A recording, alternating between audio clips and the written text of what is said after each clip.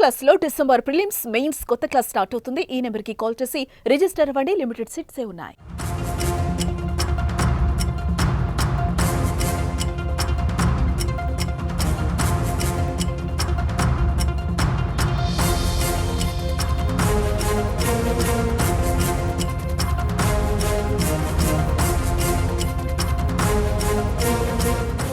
తెలంగాణ ముఖ్యమంత్రి రేవంత్ రెడ్డితో సినీ ప్రముఖులు సమావేశమయ్యారు. కమాండ్ కంట్రోల్ సెంటర్లో జరిగిన ఈ సమావేశానికి దిల్ రాజు నేతృత్వంలో 36 మంది హాజరయ్యారు.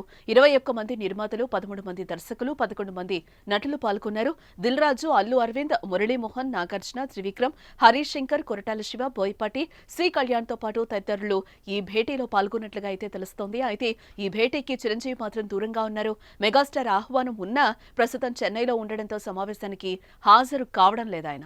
ఈ సమావేశంలో అల్లు అర్జున్ సంధ్యా థియేటర్ కేసుతో పాటు బెనిఫిట్ షోలు, అలాగే టికెట్ రేట్లపై చర్చించనున్నట్లుగా అయితే తెలుస్తోంది. అసెంబ్లీ వేదికగా సంధ్యా థియేటర్ వద్ద జరిగిన పరిణామాలు, అల్లు అర్జున్ మానవత్వం లేకుండా ప్రవర్తించారని సీఎం ఫైర్ కావడం, ఇండస్ట్రీకి వార్నింగ్ ఇవ్వడం ఇప్పుడు హాట్ టాపిక్ గా మారింది. అల్లు అర్జున్ తీరుపై ముఖ్యమంత్రి రేవంత్ రెడ్డి తీవ్ర విమర్శలైతే చేశారు. బెనిఫిట్ షో, టికెట్ రేట్లపై కూడా కామెంట్ చేశారు. ప్రేక్షకులను దోచుకునేలా సాగుతున్న వ్యవహారాన్ని ఇకపై అనుమతించారని, తెలంగాణలో బెనిఫిట్ షోలను రద్దు చేస్తున్నట్టుగా ప్రకటించారు సీఎం.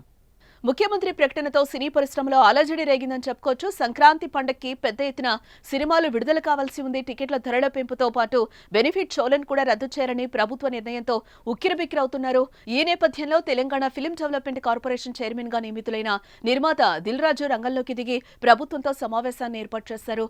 ఈ సమావేశంతో అల్లు అర్జున్ కేసుతో పాటు సీఎం చేసిన ప్రకటనపై కూడా చర్చిస్తున్నారు. ఈ సమావేశంతో ఎలాంటి నిర్ణయాలు ఉంటాయో చూడాలి.